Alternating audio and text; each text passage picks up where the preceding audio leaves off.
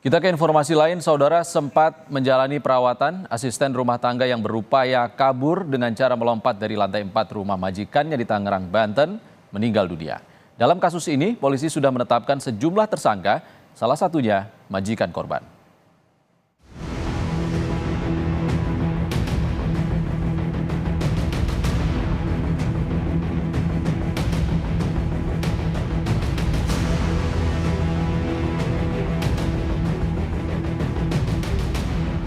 Setelah sempat dirawat di rumah sakit, asisten rumah tangga yang melompat dari rumah majikannya di perumahan Cimone Permai, Karawaci, Kota Tangerang, Banten, meninggal dunia.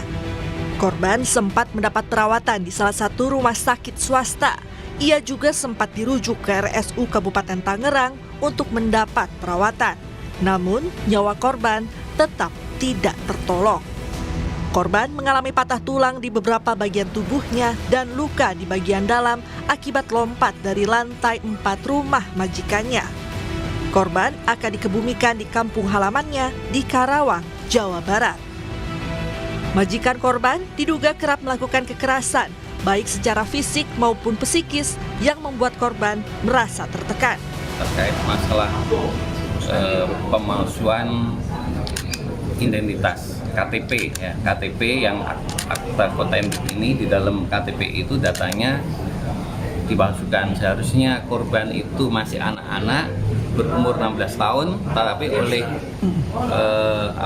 pelaku ini di umur 21 tahun, jadi seperti itu. Untuk majikannya Pak Kapolres, pasalnya? Yang jelas untuk majikannya tadi ada eksploitasi anak, kemudian ada kekerasan fisik dan psikis dalam rumah tangga, ya.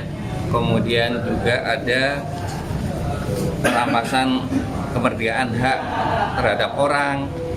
Iya, semuanya ini kan kita untuk majikan, kemudian penyalur. Nah, ini jelas pasti akan kita lakukan pasal berlapis. Polisi sudah memeriksa 12 orang saksi dalam kasus ini. Polisi juga masih mengejar 2 terduga pelaku lainnya, yakni RT dan AN, yang diduga turut serta melakukan tindak pidana perdagangan orang. Hal ini karena korban masih di bawah umur. Eka Marlupi, Kompas TV, Tangerang, Banten. Untuk mengetahui kasus ini lebih dalam, kita sudah terhubung dengan jurnalis Kompas TV, Triksi Valencia di Polres Tangerang, Kota Banten. Selamat siang, Triksi. Triksi, setelah majikannya ditetapkan sebagai tersangka, apa penyelidikan polisi? Dan benarkah ada temuan bekas luka yang diduga hasil penganiayaan?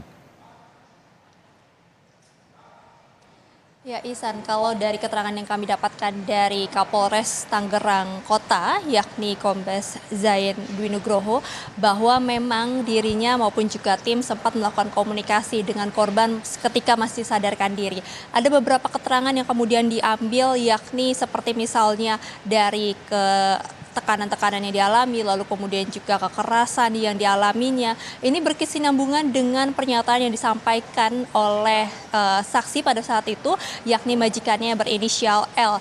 Jadi memang ada pengakuan bahwa kekerasan ini dilakukan terhadap korban, sehingga memang dari keterangan dan juga 2 alat bukti yang cukup, maka L ataupun juga majikan dari korban ini juga ditetapkan sebagai tersangka.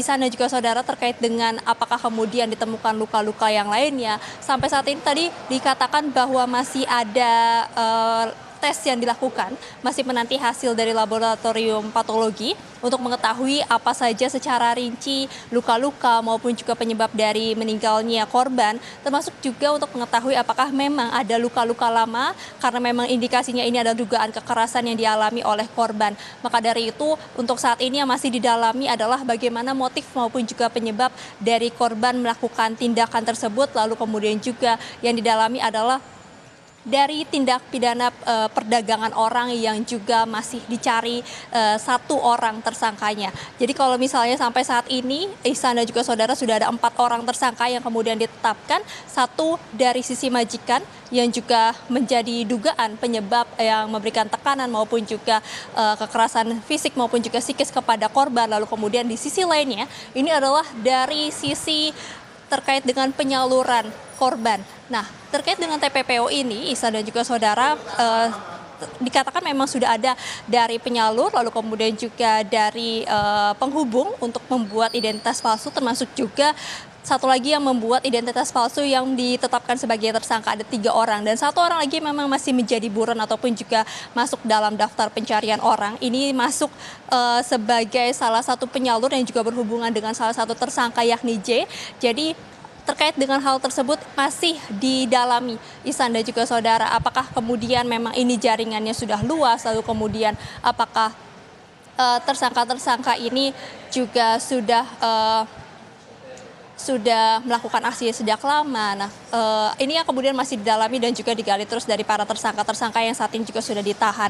Terkait dengan apa yang kemudian dialami oleh korban, untuk lebih jelasnya, Ihsan dan juga saudara, kita dengarkan kutipan wawancara dengan Kapolres Tangerang Kota, Kombes Zain Dwi Nugraha berikut ini.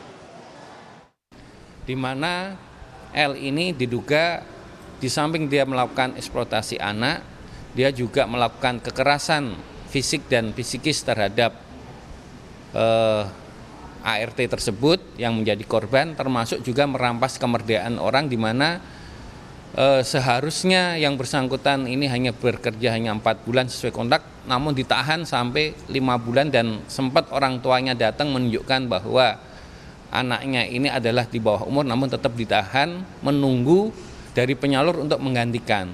Sehingga dari kekerasan fisik dan psikis, kemudian merampas kemerdekaan terhadap anak tersebut, akhirnya anak ini secara psikologis tertekan, sehingga anak ini berusaha untuk kabur. Ya, Ihsan, bukan hanya mengalami kekerasan fisik maupun juga psikis, tadi yang dikatakan juga ada penahanan selama melebihi kontrak, lalu kemudian juga yang dikatakan adalah penahanan gaji yang juga dilakukan kepada korban. Maka dari itu memang perlakuan-perlakuan yang diterima korban ini juga menjadi salah satu penyebab maupun juga yang mendukung sebagai dugaan kemudian korban melakukan aksinya. Ihsan. Apa hasil pemeriksaan polisi terhadap penyalurnya? Apakah korban adalah korban tindak pidana perdagangan orang yang pertama, satu-satunya, atau ada korban lain mungkin?